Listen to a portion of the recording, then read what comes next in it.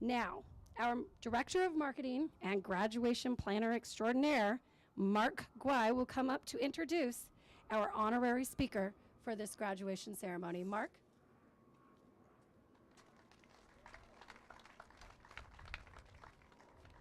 I'm pretty tall, but okay. All right. So as you all know, our school is named after the teacher, astronaut, and compassionate change maker, Christa McAuliffe. To commemorate Christa's legacy, I am extremely proud to present this year's honorary Christa McAuliffe speaker.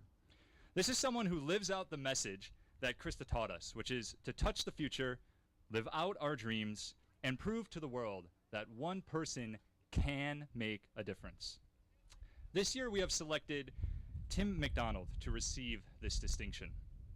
Tim is the former director of community at the Huffington Post and a tenacious advocate for No Kid Hungry. He now travels and speaks throughout the world to spread the message that the future of work is not so much about building larger corporations, but rather connecting purpose-driven communities that empower people to be the change they want to see in the world. It is with great honor that I get the chance to recognize the work that Tim continues to do in this world, and it's an even greater honor to call Tim a friend. Thank you so much, Tim, for being with us here today.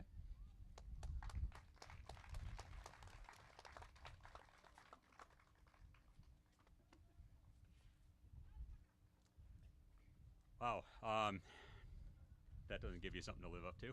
I don't know what will. But to be honest with you, I really spent, ever since Mark asked me to come share a story with you of my life and how it might help others and inspire others, and I spent the last couple days doing my daily ritual, which I do, as Mark said, I give talks all around the country, all around the world.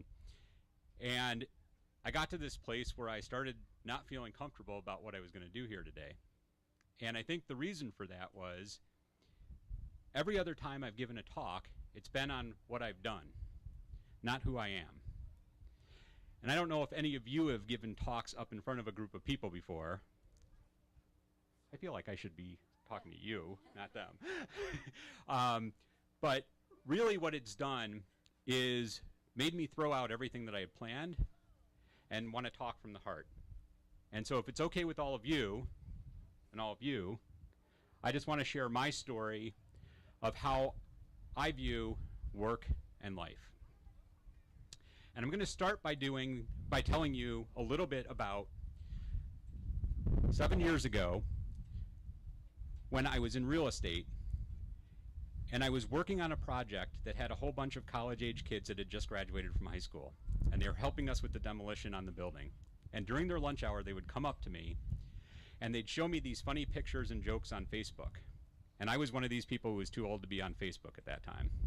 So I was fascinated because the only thing I knew about Facebook at that time was that you could only share information with people you were friends with. And yet these pictures and these jokes that they were showing me were coming from people all over the world. And I would say, how did you get that? And they'd be like, oh, my friend shared it with me. Well, does your friend know that person? No. And so on and so on. And at that moment in time, the light bulb went off in my head that the way that we communicated with, both in the speed and who we were able to get in contact with, was going to be changed forever. And I knew what I was doing in real estate at that time wasn't what I wanted to be doing with my life. And so I started looking at how I could form something that I really loved doing, which was connecting with people. Not just to get business, but to help them fulfill their dreams, to fulfill their desires, to connect them with other people that could help them co-create the world that they wanted to live in. And what this started doing was not giving me a clear path, because my whole life I spent climbing a corporate ladder, starting at the bottom, knowing which step I needed to take to get to the next step. And it finally dawned on me that I was standing in a place where I no longer knew where the next rung was that I needed to climb. And so I just put myself out into the world. I started learning. I started immersing myself in this world of how we connected digitally with online people. And then I heard this phrase called community manager. Anybody heard that word now? Community manager? You guys have heard it, right? Some of you? Okay. But at that time, 6, 7 years ago, there was very little information on it.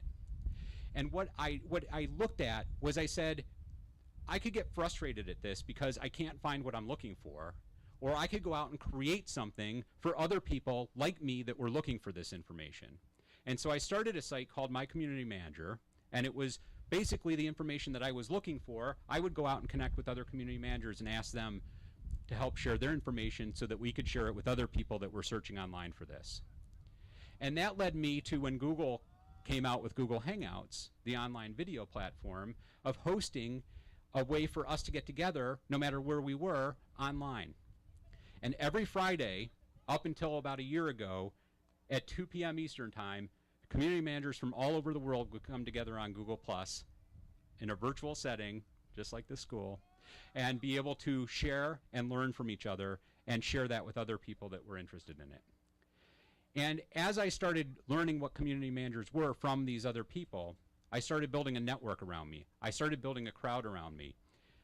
And I knew that this was a hobby and a passion for me, but certainly getting together with a bunch of people every Friday wasn't a way that was going to put food on my table or put a roof over my head.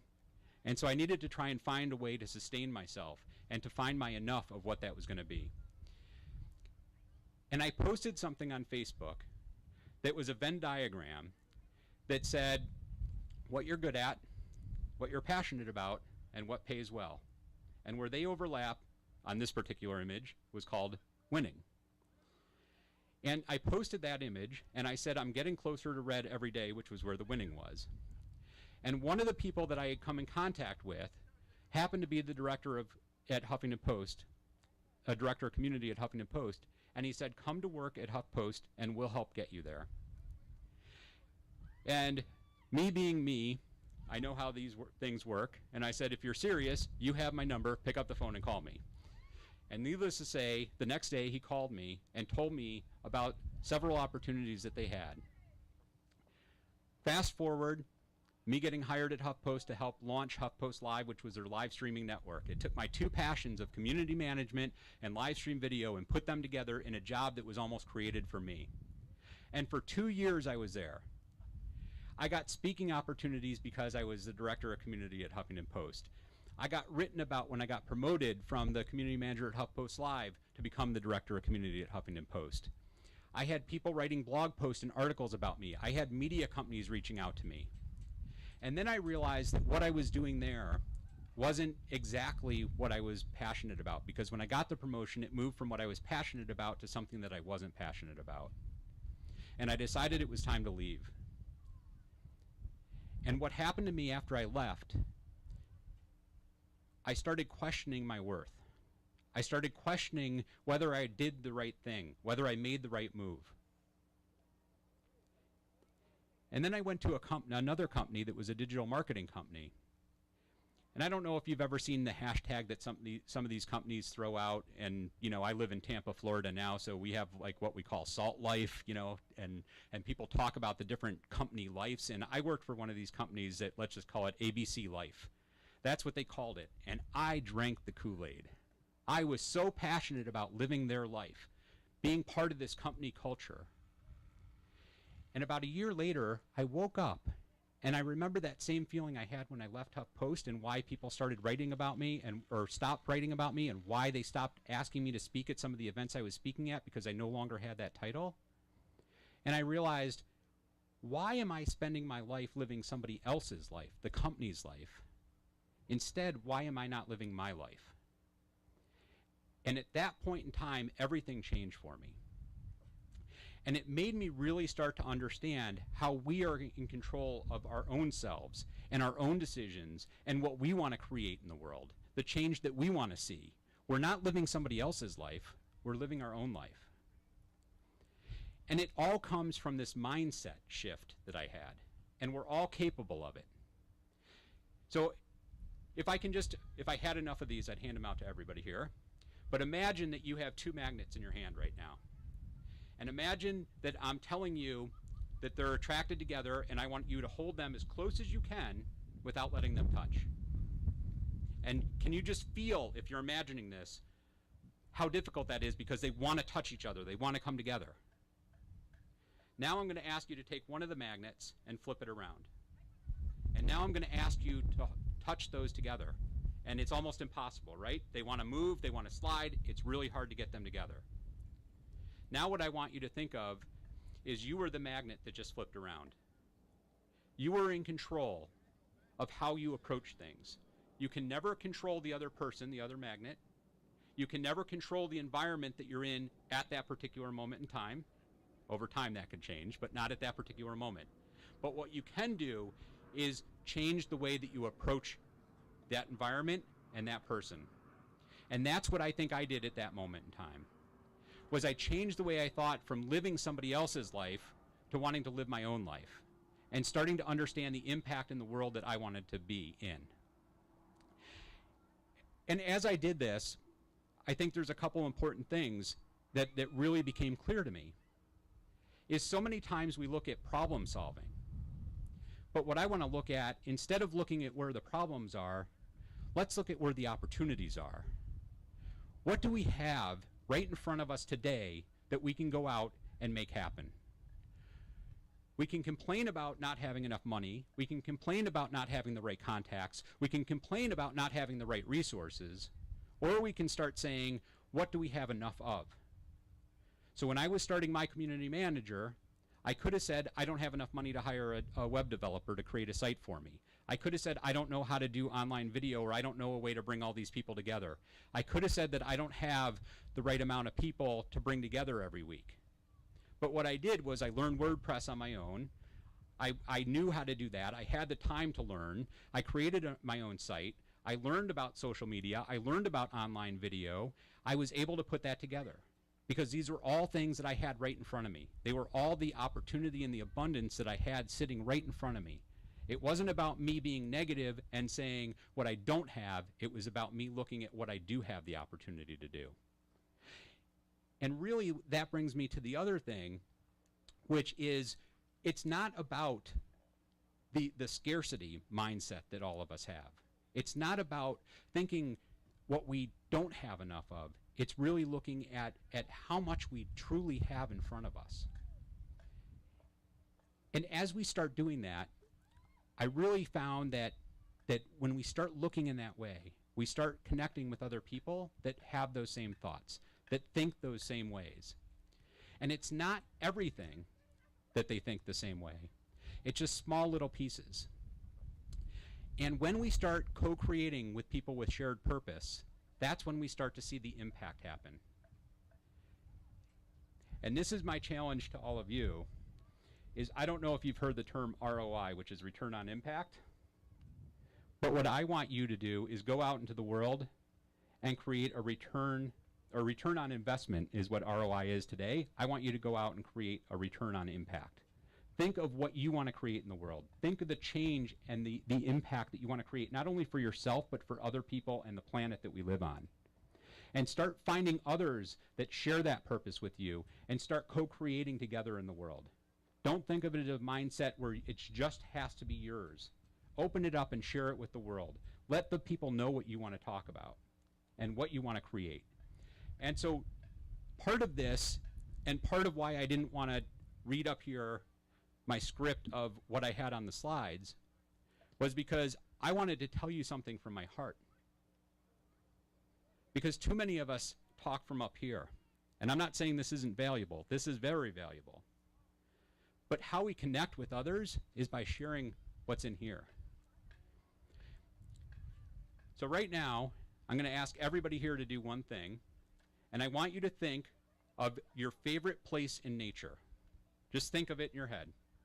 It could be a vacation spot. It could be a place in your backyard. It could be a park that you went to as a kid. Everybody got their spot? Now what I want you to do is I want you to close your eyes. I want you to imagine you're in that spot. What do you feel? Is it windy? What sounds do you hear? What kind of feeling is that emoting in you right now?